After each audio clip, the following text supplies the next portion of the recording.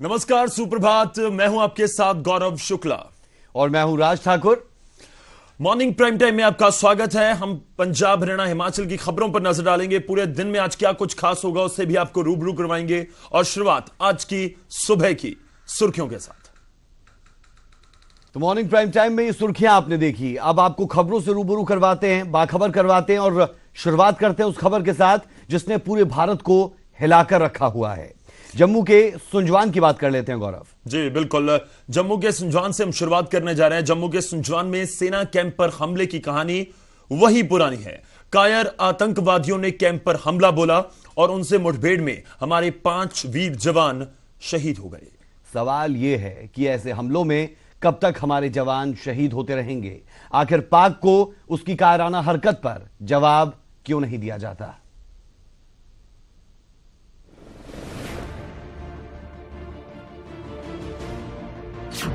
सुंजवा जैसे कितने हमले झेलेगा भारत? नापाक हरकत कब तक बर्दाश्त करेगा भारत? नापाक पाक का इलाज कब करेगी सरकार? ये सवाल इसलिए क्योंकि पाक ने जम्मू के सुंजवा स्थित आर्मी कैंप पर आतंकवादियों के जरिए हमला कर बता दिया कि वो ना कभी सुधरा था और ना ही वो सुधरने वाला है। सुंजवा हमले में 2 जेसीयू और 3 जवान शहीद हो गए।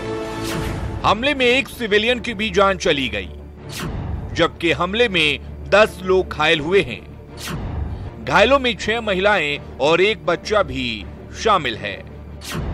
हालांकि सेना ने हमला करने वाले 3 आतंकवादियों को मार गिराया। लेकिन सवाल है कि सेना के कैंपों पर ऐसे हमले आखिर होते कैसे हैं? हमला करने वाले आतंकी जरूर ढेर हो गए। जवानों ने कुर्बानी देते हुए देश को बड़े आघात से बचा लिया, क्योंकि आतंकी बड़ी घटना को अंजाम दे सकते थे।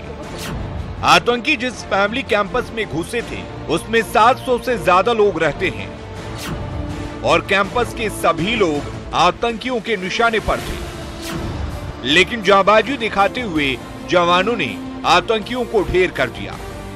सुंजवा आर्मी कैंप का बैक साइड है और शायद ये बताया जा रहा है हमारे सोर्सेज की तरफ से यही वो एरिया है जहां से जो ये टेररिस्ट है इन्होंने यहां से आगे जाकर ये जो दीवार आती है आगे पे वो आर्मी कैंप का बैक साइड आता है और वहीं पे इन्होंने इन्फिल्ट्रेशन की। ठीक सुंजावा जैसा ही हमला इसी साल जनवरी में जम्मू कश्मीर में आतंकवादियों ने अंजाम दिया था। 7 जनवरी को पुलवामा में सीआरपीएफ कैंप पर आतंकी हमला हुआ था और इस आतंकी हमले में 3 कैप्टन समेत 5 जवान शहीद हो गए थे। पिछले 1 साल के बड़े हमलों की बात करें तो 27 अप्रैल को कुपवाड़ा में आर्मी बंकर पर हुए हमले में 3 जवान शहीद हो गए।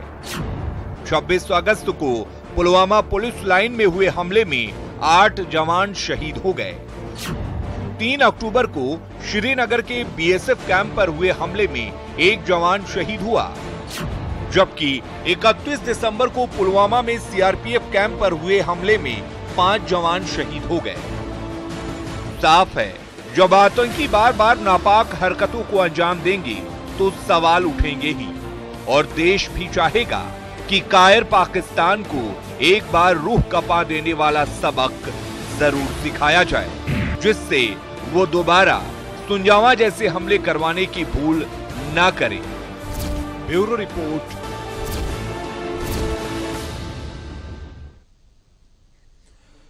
तो सुंजवान आर्मी कैंप पर जो हमला हुआ उसमें अब तक हमारे 5 जवान शहीद हो चुके हैं। सवाल फिर से वही उठता है कि आखिर कब तक यूं ही यह सब कुछ चलता रहेगा। लेकिन राज, सवाल इसलिए भी है क्योंकि यह पहली बार नहीं है, इससे पहले भी कई बार ऐसी घटनाएं हो चुकी हैं और हर बार देश को बहुत बड़ा नुकसान झेलना पड़ा। बिल्कुल गौरव, ये सुबह भी कुछ वैसी ही है जो दर्द से भरी हुई है और खासतौर पर उन परिवारों के लिए जो अपने उन वीर सपूतों को खो चुके हैं, जो देश के लिए कुर्बान हुए हैं। और सुंजवान आर्मी कैंप जो है वो ज्यादा सुर्खियों में इसलिए भी आप समझ सकते हैं कि 15 साल पहले भी यहां पर यही सब कुछ हुआ था 2003 में, और उस वक्त 12 जवान शहीद हुए थे। तो ये घटनाएं रिपीट जब होती है तो कहीं ना कहीं और दुख होता है कि हम सीख नहीं ले पाते। बहरहाल अगली खबर का रुख कर लेते हैं। 1984 के सिख दंगों को लेकर श्रोमणी अकाली दल की ओर से कांग्रेस पर जारी हमलों के बीच मुख्यमंत्री कैप्टन अमरिंदर सिंह ने सुखबीर बादल पर तीखा पलटवार किया। जी हां, मुख्यमंत्री का कहना है कि अकाली दल की ओर से झूठा प्रचार कर राजीव गांधी की छवि को बदनाम करने की साजिश की जा रही है। सुखबीर बादल पर हमला बोलते हुए कैप्टन ने कहा कि दंगों के समय राजीव गांधी दिल्ली में मौजूद ही नहीं थे। कैप्टन ने कहा कि जगदीश टाइटलर के न्यूज 18 को दिए इंटरव्यू का गलत मतलब निकाला गया। साथ ही उन्होंने टाइटलर के खिलाफ जारी स्टिंग से भी राजीव गांधी के तार जोड़ने को लेकर अकाली दल पर निशाना साधा। कैप्टन अमरिंदर सिंह ने कहा कि सुखबीर बादल इस मामले में बेहद गैर जिम्मेदाराना बर्ताव कर रहे हैं। अगर दंगों में राजीव गांधी की कोई भूमिका होती तो यह बहुत पहले सामने आ चुका होता।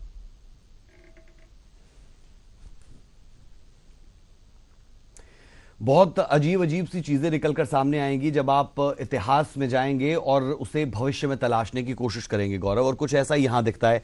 टाइटलर कहते हैं कि हम सड़कों पर निकले, अमरिंदर कहते हैं कि राजीव गांधी वहां थे नहीं, और इंटरव्यू के गलत मायने निकाले जा रहे हैं। तो एक दूसरे पर पलटवार की राजनीति उफान पर है। बिल्कुल, लेकिन हलचल साफ तौर पर नजर आ रही है उस इंटरव्यू के बाद।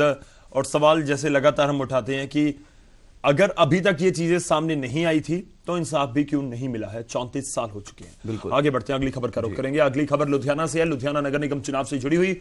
लुधियाना नगर निगम चुनाव को लेकर सियासी हलचल पूरे चरम पर है। लोक इंसाफ पार्टी को छोड़कर बाकी सभी दल लगभग अपने सभी उम्मीदवारों का ऐलान कर चुके हैं।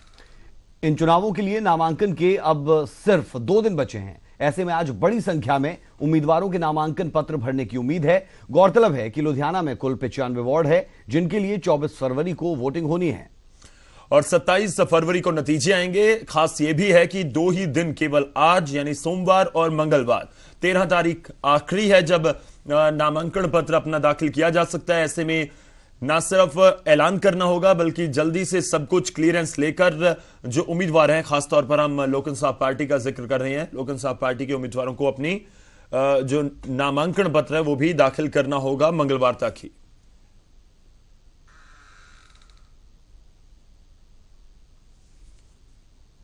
तो ताज की लड़ाई है और ताज की लड़ाई में कौन जीतेगा गौरव, ये देखने वाली बात रहेगी।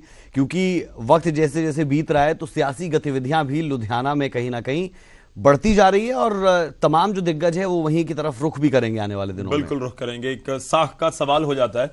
इसी से जुड़ी हुई अगली खबर भी है। जहां लुधियाना में कांग्रेस की टिकटों का ऐलान होते ही बवाल खड़ा हो गया। कई वार्ड्स में कांग्रेस को जबरदस्त विरोध का सामना करना पड़ रहा है।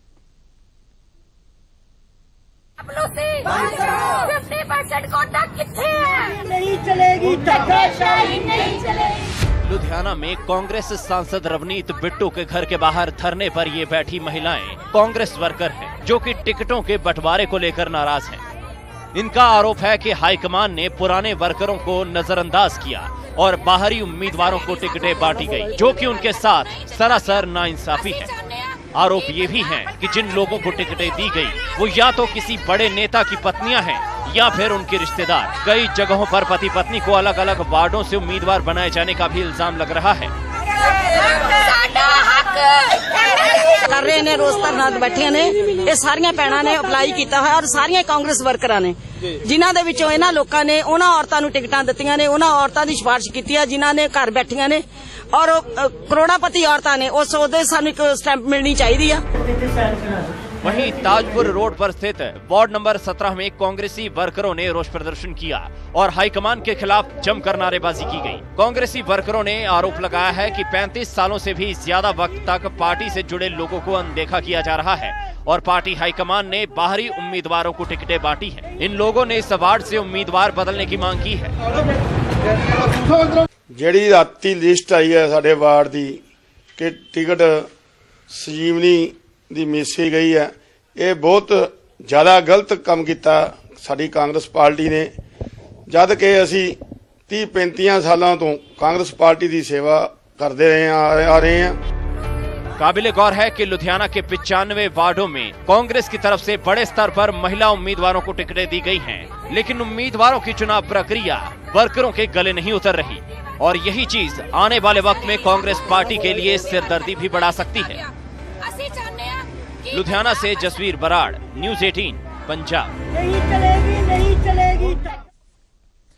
तो टिकट की टेंशन और टिकट की टेंशन कांग्रेस के लिए कहीं ना कहीं राज हर बार नजर आती है, वो चाहे विधानसभा चुनाव हो, लोकसभा चुनाव हो, या फिर ये जो बहुत जमीनी स्तर से जुड़े हुए चुनाव जिसे हम कहते हैं नगर निगम चुनाव हो, यहां पर भी टेंशन कांग्रेस की नजर आ रही है। बिल्कुल, यानी आकार चुनावों का कोई भी हो, जो हम कह सकते हैं कि टेंशन रहती है, उसकी इंटेंशन से जो रिजल्ट्स आएंगे उस पर सबकी निगाहें रहती है, और हम नतीजा देख रहे हैं कि पॉलिटिकल घमासान मचता दिख रहा है। बहरहाल अगली खबर की तरफ रुख कर लेते हैं। उधर श्रोमणी अकाली दल की ओर से कैप्टन सरकार पर हमले लगातार तेज है। अकाली दल ने किसान खुदकुशियों के लिए कैप्टन सरकार को जिम्मेदार ठहराया। जी हां, सांसद प्रेम सिंह चंदूमाजरा का कहना है कि सरकार के कर्जमाफी के अधूरे वादे की वजह से ही किसान निराश हुए, जिस कारण से खुदकुशियों के मामले बढ़ने लगे हैं। इसके अलावा चंदूमाजरा ने प्रदेश का खजाना खाली होने के लिए भी कैप्टन सरकार को ही जिम्मेदार बताया।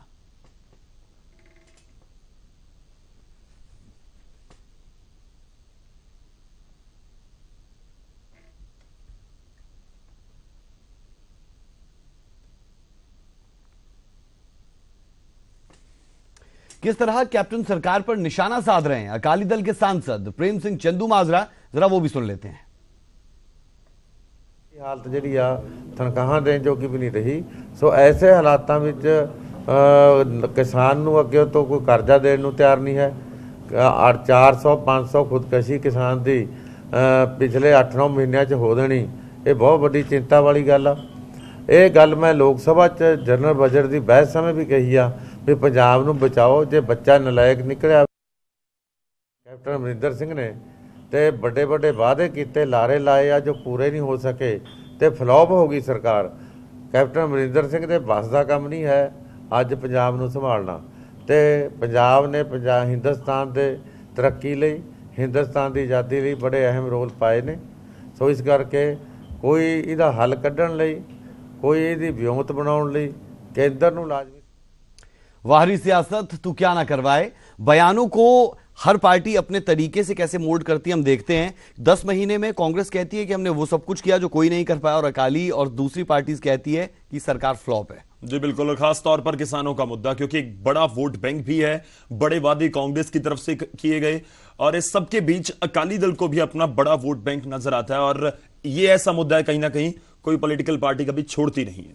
आगे बढ़ाते हैं खबरों के सिलसिले को और पंजाब का रुख करेंगे। पंजाब के गैंगस्टर रवि देओल को संगरूर की कोर्ट में अब जेल में भेज दिया है। अपनी पेशी के दौरान रवि देओल ने आज फिर कहा कि अमनवीर चैरी को लेकर दिए अपने बयान पर वो अभी भी कायम है।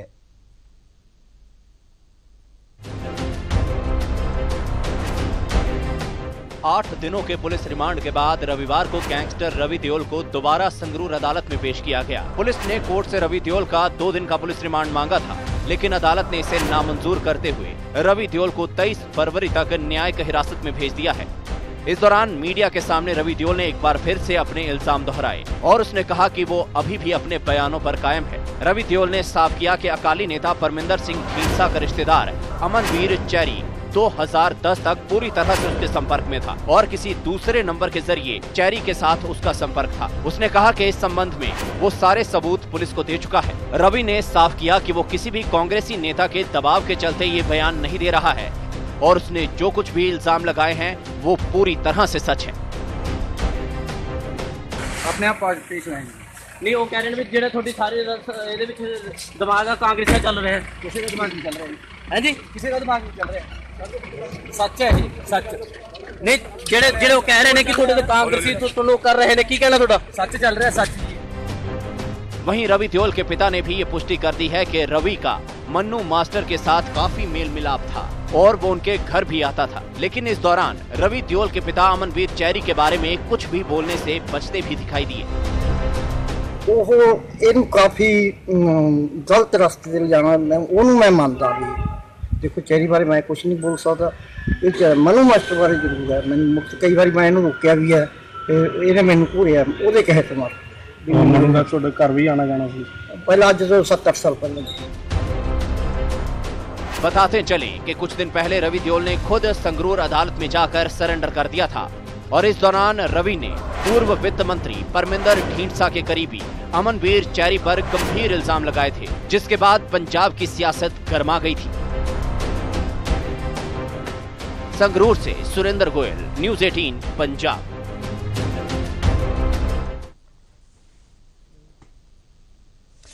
तो जिस तरह से ये पूरी खबर सामने आई और उसके बाद कहीं ना कहीं एक बार फिर से राज, जो सियासत है, सियासतदान है और सियासतदानों के गैंगस्टरों के साथ रिश्ते हैं सवालों के घेरे में कि आखिर गैंगस्टर बनता क्यों है, क्या वाकई उसके पीछे जो सियासी शय होती है, एक बार फिर से सवाल खड़ा हो। और मेरे जहन में तो सवाल ये आ रहा है कि ये सब कुछ हम देख रहे थे कि बादल सरकार थी, उस वक्त ये चीजें नहीं हुई, अब एकदम से ऐसा क्या हो गया कि बहुत से गैंगस्टर्स, किसी का एनकाउंटर, कोई किसी का नाम ले रहा है, तो सियासत तो है। बिल्कुल, कुछ ना कुछ तो ऐसा है जो अभी तक सामने नहीं आ पाया और केवल बयानों में ही है। बिल्कुल, अगली खबर का रुख कर लेते हैं। खबर होशियारपुर से है। होशियारपुर में शादी के जश्न में हुई हवाई फायरिंग ने एक छात्र की जान ले ली है। जी, ये छात्रा शादी वाले परिवार के पड़ोस में रहती थी और अपने घर की छत पर खड़ी होकर जश्न की तस्वीरें देख रही थी, तभी एक गोली चली और सब कुछ खत्म हो गया।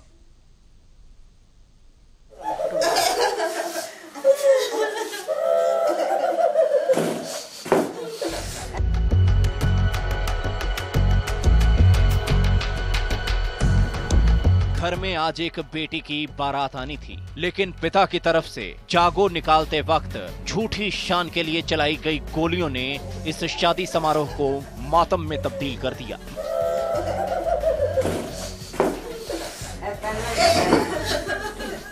मामला होशियारपुर के छत्ता बाजार का बताया जा रहा है, जहां बीती रात 11 बजे के करीब जागो निकाली जा रही थी, लेकिन इसी दौरान लड़की के पिता और उनके दोस्तों की तरफ से गोलियां चलानी शुरू कर दी गई। इसी बीच छत पर खड़ी 20 साल की साक्षी नामक लड़की इन गोलियों का शिकार हो गई और मौके पर ही उसकी मौत हो गई। फिलहाल घटना के बाद मौके पर पहुंची पुलिस की तरफ से जांच शुरू कर दी गई है, जबकि आरोपी फरार बताए जा रहे हैं। आरोपियों की तलाश की जा रही है। कोई परमिशन नहीं सी इस गल तो जानी सी, जानबूझ के उन्होंने ऑफेंस किया है, जिहदे तहत ਵੱਖ-ਵੱਖ धारां जिहड़ियां हैगियां ਉਹ ड्यूरिंग इन्वेस्टिगेशन लगाई जाएगी। काबिले गौर है कि शादी समागमों में हथियारों के इस्तेमाल पर पूर्ण पाबंदी है, लेकिन बावजूद इसके लोग कानून को ताक पर रखकर हथियारों का इस्तेमाल करते हैं। होशियारपुर में भी जहां एक बाप ने अपनी ही बेटी के शादी समागम में विघ्न डाला, वहीं झूठी शान के चलते अपने पड़ोस में रहने वाली एक बेटी की जान ले ली। होशियारपुर से समीर वशिष्ठ, न्यूज़ 18 पंजाब।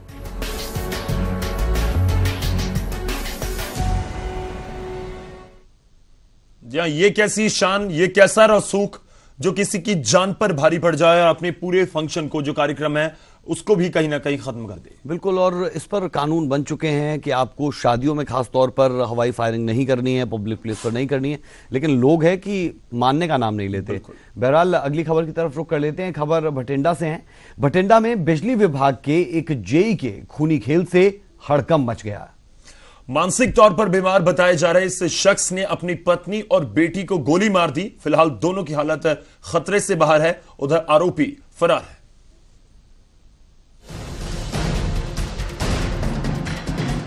बठिंडा के गोपाल नगर का ये घर रविवार सुबह गोलियों की आवाज से दहल उठा। दरअसल घर के मालिक ने ही अपनी पत्नी और बेटे को गोली मार दी। फिलहाल मां बेटा दोनों अस्पताल में भर्ती हैं। जानकारी के मुताबिक सुबह उठते ही पति पत्नी में किसी बात को लेकर बहस हुई और गुस्से में भड़के पवन कुमार ने अपनी रिवॉल्वर अपनी पत्नी पर तान दी। इस दौरान उनका बेटा बचाव में आगे आया, लेकिन पवन ने दोनों पर गोलियां चला दी। मैनू की पता, वो तो कुछ हो जाती भी का तो मारी है गोली। मैं तो दवाई दवा के लिया, बंदा ना दिमाग हिलिया पिया, बेबी बंदा होया पिया। बंदा ना तो दवाई दवा के लिया, दवाई लेंदा नहीं सी, दारू पी के फिर रात ਨੂੰ सारी रात सोता नहीं सी, सौ दिंदा नहीं सी। सवेरे उठे बस एकदम उन्होंने मारी, लड़ाई हो गई थी। जानकारी के मुताबिक आरोपी शख्स पवन कुमार बिजली विभाग में जेई के पद पर कार्यरत है और पत्नी और अपने बेटे को गोली मारने के बाद फिलहाल फरार बताया जा रहा है। पुलिस की शुरुआती जांच में सामने आया है कि पवन कुमार मानसिक तौर पर परेशान है और पुलिस फिलहाल उसकी तलाश में जुट गई है। ਅੱਜ ਸਵੇਰੇ ਜਿਹੜਾ ਜਈ ਹੈਗੇ ਮੋੜ ਪੋਸਟਡ ਹੈਗਾ, ਇਹਨੇ ਆਪਦੇ ਲਾਇਸੈਂਸੀ ਰਿਵਾਲਵਰ ਨਾਲ ਆਪਦੀ ਵਾਈਫ ਦੇ ਤੇ ਆਪਦੇ ਬੇਟੇ ਦੇ ਗੋਲੀ ਮਾਰੀ ਆ। ਉਹਨਾਂ ਦੋਨਾਂ ਦੇ ਪੱਟ ਦੇ ਵਿੱਚ ਲੱਗੀ। ਹਜੇ ਤੱਕ ਤਾਂ ਕਲੀਅਰ ਨਹੀਂ ਹੋਇਆ, ਇਨਵੈਸਟੀਗੇਸ਼ਨ ਦੇ ਵਿੱਚ ਕਲੀਅਰ ਹੋਇਆ, ਪਰ ਕੋਈ ਡੋਮੈਸਟਿਕ ਵਾਇਲੇਸ਼ਨ ਦਾ ਇਹਨਾਂ ਦਾ ਆਪਸ ਵਿੱਚ ਹੈਗਾ, ਇਹਨਾਂ ਦਾ ਘਰੇ ਲੜਾਈ ਝਗੜਾ ਰਹਿੰਦਾ ਜੀ। काबिले गौर है कि कुछ समय पहले पवन कुमार ने खुद को भी गोली मार ली थी, लेकिन उस हादसे के दौरान वो बच गया था। इसके बावजूद पुलिस ने उस समय जेई के खिलाफ कोई कार्रवाई नहीं की थी और न ही उसका रिवॉल्वर जब्त किया गया था। बठिंडा से सूरज भान, न्यूज़ 18 पंजाब। तो चलिए अब रुक कर लेते हैं फरीदकोट की तरफ। फरीदकोट में कुछ पढ़े लिखे रोजगार से महरूम युवाओं ने एक बेहद अच्छी पहल की है। जी हां, तमाम शिक्षा होने के बावजूद ये लड़के बेरोजगार हैं, लेकिन आम बेरोजगारों की तरह खाली बैठने के बजाय उन्होंने समय का सही इस्तेमाल करने की ठानी और अब इन युवकों के हाथ कुछ 150 बच्चों का भविष्य संवर रहा है। कैसे, रिपोर्ट देखिए।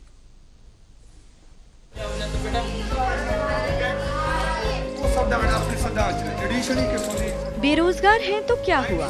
क्या खुद के लिए रोजगार होना ही इकलौता मकसद होना चाहिए किसी के लिए? शायद नहीं। तभी तो ये युवक कुछ अलग कर रहे हैं। जी हाँ, फरीदकोट के ढिलवा कला गांव के ये युवक बेरोजगार हैं, लेकिन अपनी बेरोजगारी का बहाना बनाकर ये हाथ पर हाथ धरे बैठे नहीं हैं, बल्कि चंद होनहार बच्चों को ये पढ़ाकर अपने खाली समय का सही इस्तेमाल कर रहे हैं। मुहिम का नाम रखा है समय दा हाणी। ਚਾਹੇ ਸਕੂਲਾਂ ਦੇ ਅਧਿਆਪਕ ਬਹੁਤ ਵਧੀਆ ਕਰਵਾ ਰਹੇ ਨੇ, ਕੁਝ ਚੀਜ਼ਾਂ ਅਸੀਂ ਆਪਦੇ ਪੱਧਰ ਤੇ ਕਰਨੀਆਂ ਸੋਚੀਆਂ ਤੇ ਉਸ ਏਮ ਨੂੰ ਲੈ ਕੇ ਅਸੀਂ ਇਹ ਕੰਮ ਸਟਾਰਟ ਕਰਿਆ ਸੀਗਾ ਜੀ। ਇਹਨਾਂ ਨੂੰ ਹਰ ਤਰ੍ਹਾਂ ਦੀ education, quality of education provide ਕਰਨ ਦੀ ਕੋਸ਼ਿਸ਼ ਕਰ ਰਹੇ ਹਾਂ, ਜਿਹਦੇ ਵਿੱਚ ਸਾਡੇ ਮੇਨ ਜਿਹੜੇ ਮੁੱਖ ਸਬਜੈਕਟ ਨੇ ਸਾਇੰਸ, ਮੈਥ ਤੇ ਇੰਗਲਿਸ਼ ਨੇ, ਜਿਨ੍ਹਾਂ 'ਚ ਜ਼ਿਆਦਾਤਰ ਬੱਚਿਆਂ ਨੂੰ ਸਮੱਸਿਆ ਆਉਂਦੀ ਆ, ਉਹਨੂੰ ਅਸੀਂ ਪ੍ਰੋਪਰ ਪ੍ਰੈਕਟੀਕਲ ਤਰੀਕੇ ਨਾਲ ਕਰਵਾਉਣ ਦੀ ਕੋਸ਼ਿਸ਼ ਕਰਦੇ ਹਾਂ। दरअसल शुरुआत एक दंपत्ति ने की थी। गांव के सरकारी स्कूल के कुछ कमजोर बच्चों को उन्होंने पढ़ाने का बीड़ा उठाया। धीरे धीरे उनकी इस मुहिम में गांव के कुछ और बेरोजगार युवक जुड़ गए और इस तरह आज तकरीबन 150 बच्चों को ये युवक शिक्षित कर रहे हैं। एक्स्ट्रा क्लासिंग लगती है जी, ਵਧੀਆ ਹੁੰਦਾ ਹੈ ਵੀ ਅਸੀਂ ਉੱਥੇ ਸਕੂਲ 'ਚ ਪੜ੍ਹਦੇ ਹਾਂ ਜੀ, ਉੱਥੇ ਵਧੀਆ ਲੱਗਦਾ ਹੈ। ਇੱਥੇ ਕਿ ਪੜ੍ਹਦੇ ਸਾਨੂੰ ਹੋਰ ਵਧੀਆ ਮਹਿਸੂਸ ਹੁੰਦਾ ਵੀ ਅਸੀਂ ਹੋਰ ਜ਼ਿਆਦਾ ਸਟੱਡੀ ਕਰੀਏ, ਅਸੀਂ ਹੋਰ ਅੱਗੇ ਵਧੀਏ। ਅਸੀਂ ਬਹੁਤ ਵਧੀਆ ਮਹਿਸੂਸ ਕਰਦੇ ਹਾਂ। ਸਭ ਤੋਂ ਪਹਿਲਾਂ ਅਸੀਂ ਇਹਨਾਂ ਸਭ ਟੀਚਰਾਂ ਦਾ ਧੰਨਵਾਦ ਕਰਦੇ ਹਾਂ ਕਿ ਉਹਨਾਂ ਨੇ ਸਾਨੂੰ ਇਹ ਮੌਕਾ ਦਿੱਤਾ ਤੇ ਅਸੀਂ ਆਪਦੇ ਵੱਲੋਂ ਵੀ ਪੂਰੀ ਮਤਲਬ ਕਿ ਮਿਹਨਤ ਕਰ ਰਹੇ ਹਾਂ ਵੀ ਇਹਨਾਂ ਦਾ ਅਸੀਂ ਨਾਂ ਰੋਸ਼ਨ ਕਰ ਸਕੀਏ। ਇਹਨਾਂ ਨੇ ਸਾਡੇ ਲਈ ਇੰਨਾ ਕੁਝ ਕੀਤਾ। एक बेहतरीन मुहिम की शुरुआत करने वाले ये युवक बच्चों को अंग्रेजी, मैथ्स और साइंस विषय पढ़ाते हैं। साथ ही बच्चों के लिए गेस्ट लेक्चरर्स भी आते हैं। वाकई ये युवक तमाम उन युवाओं के लिए प्रेरणा है जो अपनी परेशानियों से इतर कुछ सोच नहीं पाते। फरीदकोट से नरेश सेठी के साथ ब्यूरो रिपोर्ट, न्यूज़ 18 पंजाब। तो कुल मिलाकर जो ये पहल की गई है वाकई में काबिल तारीफ है और ऐसा काम करने के लिए वाकई में दम चाहिए। गौरव, बिल्कुल दम चाहिए और हम कहें कि दिन की शुरुआत ऐसी चीजों के साथ हो, ऐसी जो इंस्पायरिंग स्टोरीज होती हैं वो अलग ही हो जाता है। अच्छी खबर थी। एक और अच्छी खबर की बात कर रहे हैं, मौसम से जुड़ी हुई है। जी उत्तर भारत में मौसम ने एक बार फिर से करवट ली है और हिमाचल के ऊपरी इलाकों में बर्फबारी हुई। शिमला से लेकर लाहौल स्पीति तक बर्फ की सफेद चादर बिछ चुकी है। पंजाब, हरियाणा समेत कई राज्यों में भी बारिश हो रही है। बारिश के बाद तापमान में गिरावट दर्ज की गई है। जी हां, मौसम विभाग ने आज के लिए बारिश और बर्फबारी की चेतावनी दी है। तो अगर मैदानी इलाकों की बात करें वहां पर बारिश झमाझम, और दूसरी तरफ जो हम हिमाचल की बात करें, पहाड़ी इलाकों की बात करें, तो ऊपरी इलाकों में वहां पर बर्फबारी की खबर है। बिल्कुल, और अच्छी खबर ये कही जा सकती है किसानों के लिहाजों से, बागवानों के लिहाजों से और साथ साथ पर्यटकों के लिए भी।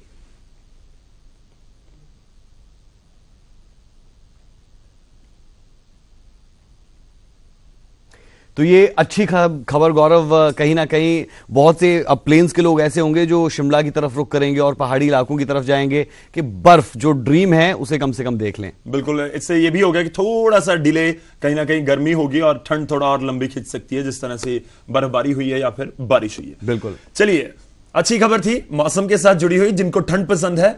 आगे बढ़ते हैं और अब बात होगी प्रदेश भर की खबरों की, हिमाचल की, पंजाब की, हरियाणा की, और बात होगी रिपोर्टर्स की। जी हां, प्राइम रिपोर्टर देखते हैं रिपोर्टर्स की जुबानी कि क्या कुछ उत्तर भारत में चल रहा है।